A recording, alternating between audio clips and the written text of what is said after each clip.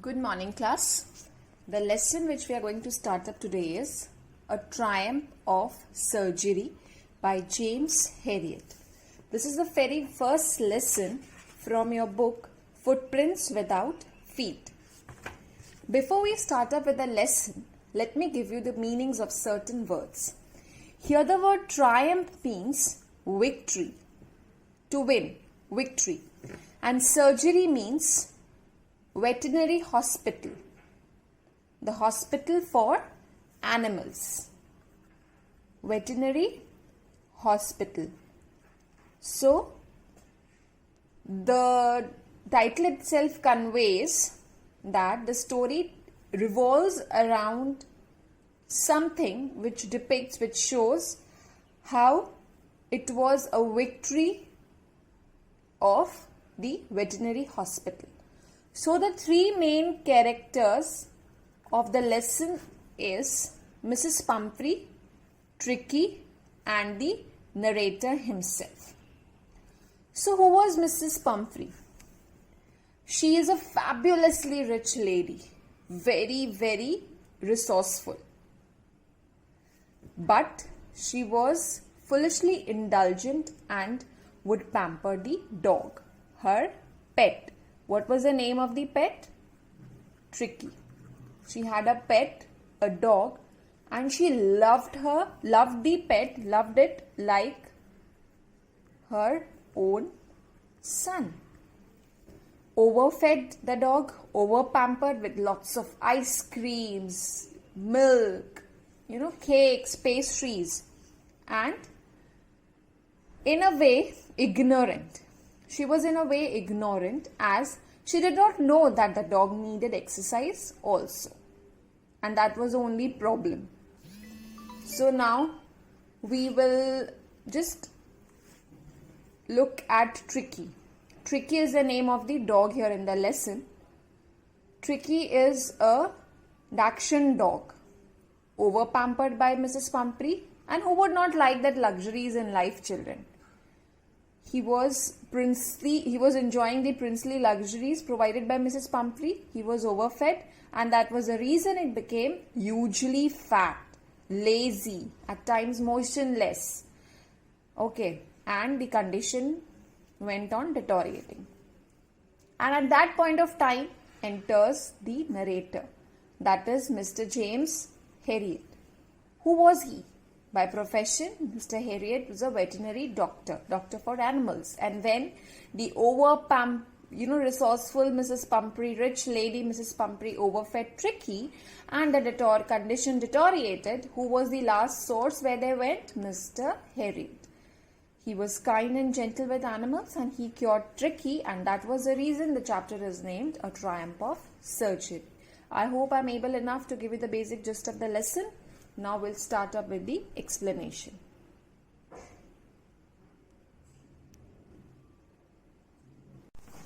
Good morning, class. As I've already provided you with the mind map, the basic gist explaining the different characters of the lesson, now I'm going to explain the chapter to you.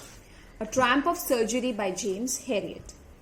I was really worried about Tricky this time. Who was I here? The narrator himself, Mr. Herriot. And he's starting the lesson showing his concern that he was really worried about Tricky this time. I had pulled up my car when I saw him in the street with his mistress, and I was shocked at his appearance. He's saying he just stopped. He just pulled up his car. The moment he saw Tricky, the moment he encountered Tricky along with his mistress on the street.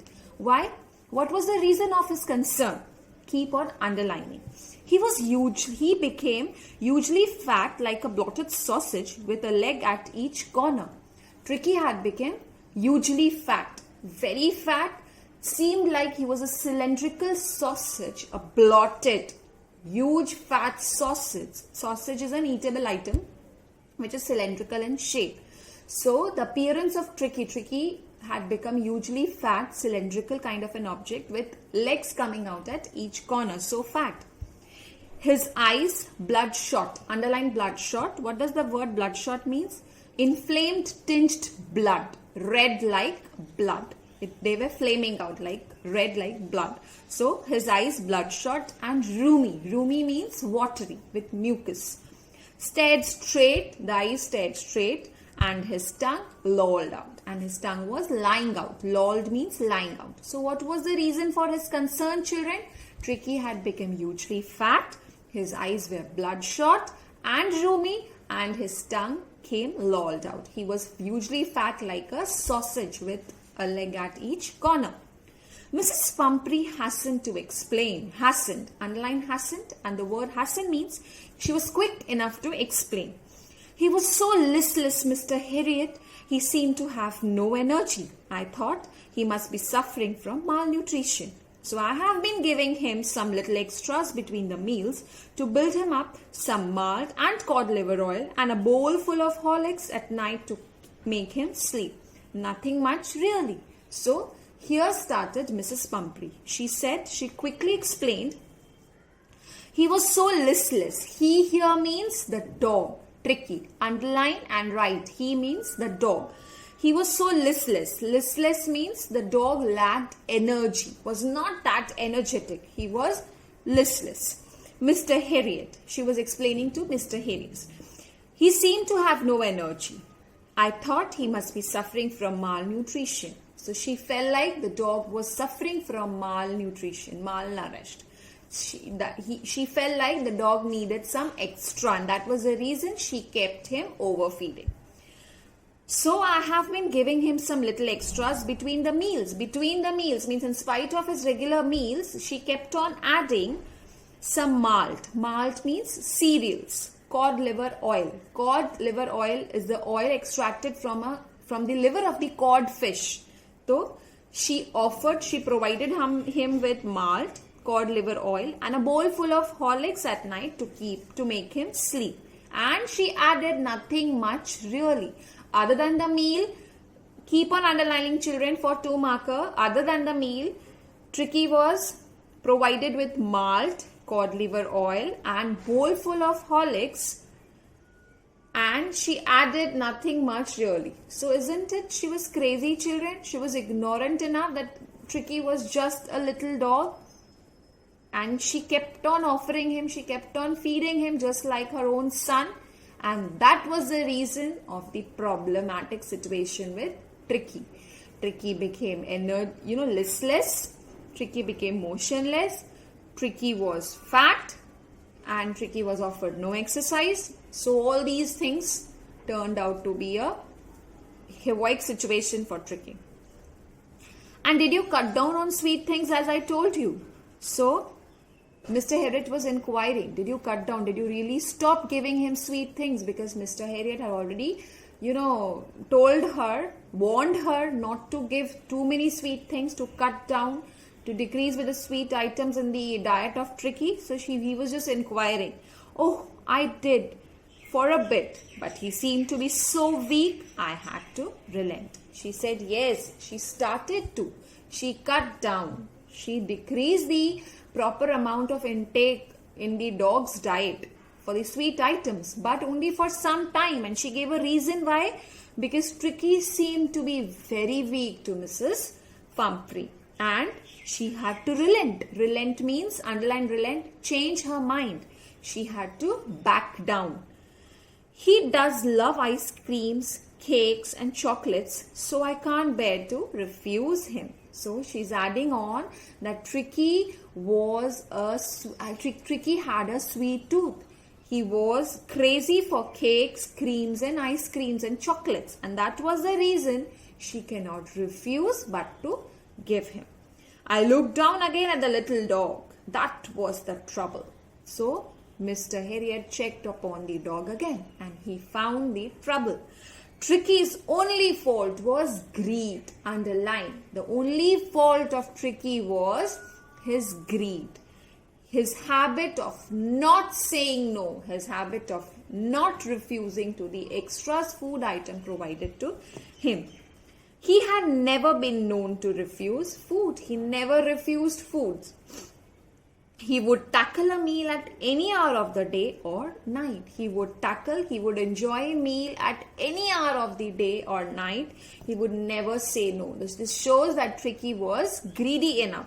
And I wondered about all the things Mrs. Pumphrey hadn't mentioned. And the doctor was sure enough, other than those things which Mrs. Pumphrey had mentioned, other than those things, Mrs. Pumphrey would have really given him lots of extra things which she did not mention. Are you giving him plenty of exercise? The doctor inquired. That was Tricky given lots of exercise? Well, he has his little walks with me, as you can see. But Hodkin, the gardener, had been down with lumbago, so there has been no ring throwing lately.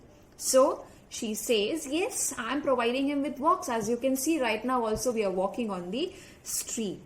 But Hodkin, the gardener, who was the caretaker of Tricky also, who looked upon Tricky at times, he had been down with lumbago. What is a lumbago? It's a disease kind in which there is a pain in muscle and joints. And that was the reason Hodkin was not coming for work.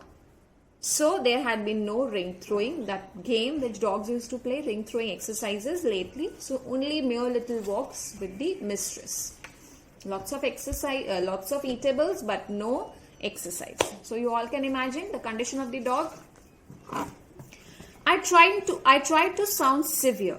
Now I really mean this. If you don't cut his food right now and give him more exercise, he's going to be really ill. You must harden your heart and keep him on a very strict diet. So this time the doctor was straightforward, strict enough. He said, if you're not going to cut down his meal, if you're not going to provide him with lots of exercise, this is going to turn out very much troublesome for the little dog, for the fellow. So he warned Mrs. Pumphrey to go for a strict diet and to go for lots and lots of exercises to cut down his meals. Mrs. Pumphrey wrung his hand. Oh, I will, Mr. Harriet. I'm sure you're right, but it is so difficult, so very difficult. So Mrs. Pumphrey displayed her worries by rubbing her hands, by wringing her hands, and she said, oh, that was very difficult to cut down his meals, but she was sure that she's going to try. She set off, head down along the road, as if determined to put the new regime into practice immediately. So she left the place, her with face lying down, her head lying down, which showed that yes, she was now firm enough that she is going to follow that regime, that strict routine given by Mr. Harriet immediately. I watched their progress with growing concern. Tricky was tottering along with his little tweed coat. He had a whole wardrobe of these coats for the cold weather and a raincoat for wet days. He struggled on, drooping in his harness.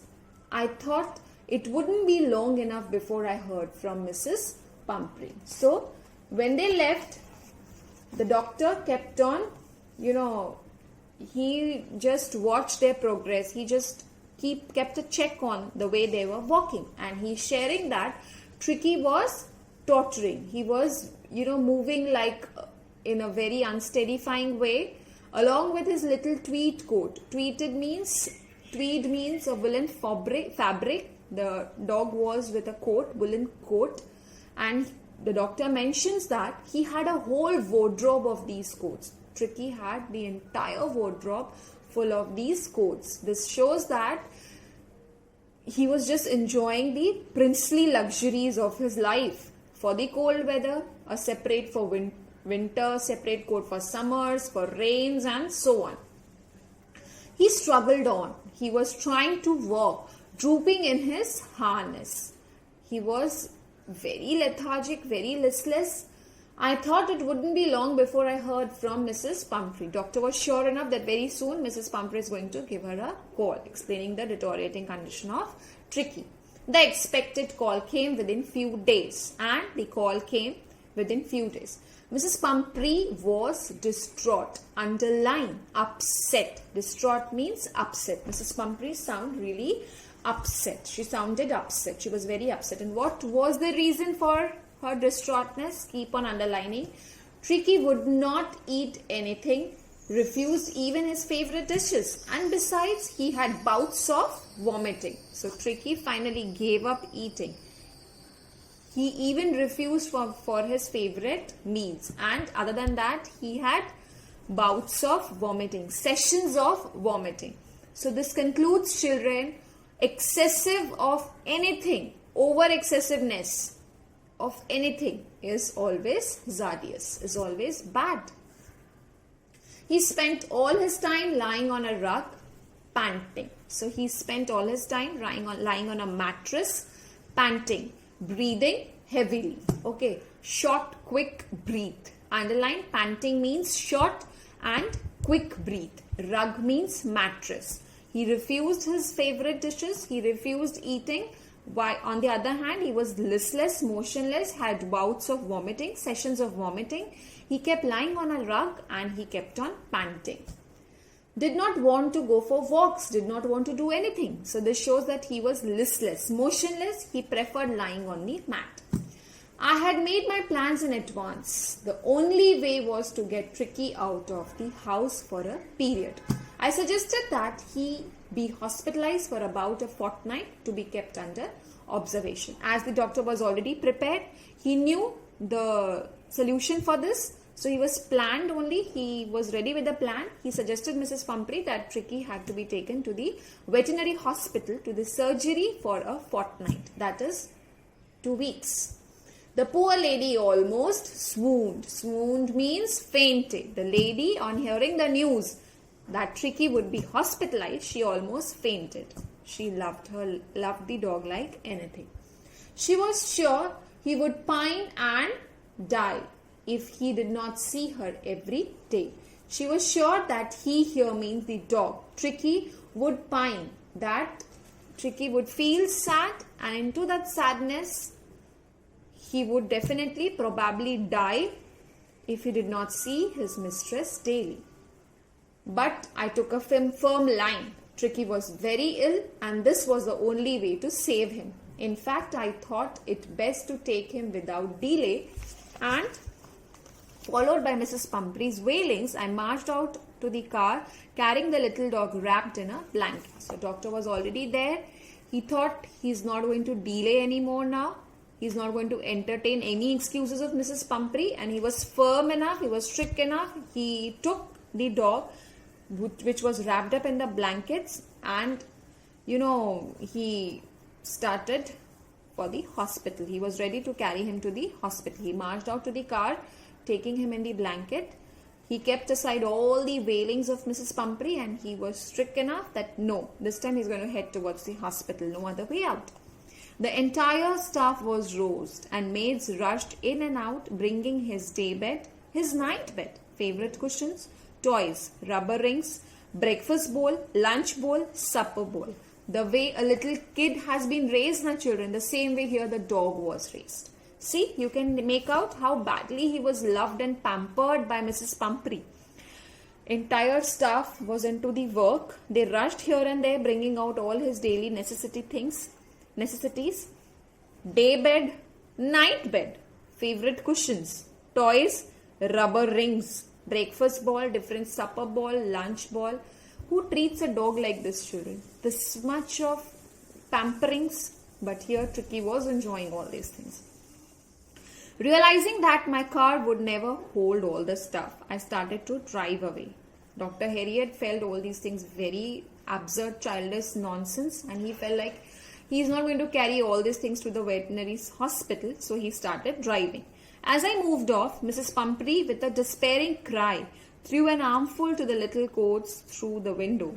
I looked in the mirror. Before I turned the corner of the drive, everybody was in tears. Before they were starting, Mrs. Pumphrey managed to dump in the coats for the dog, and when Dr. Harriet checked upon, everybody were in tears. The tears because they are going to be away from Tricky for a fortnight.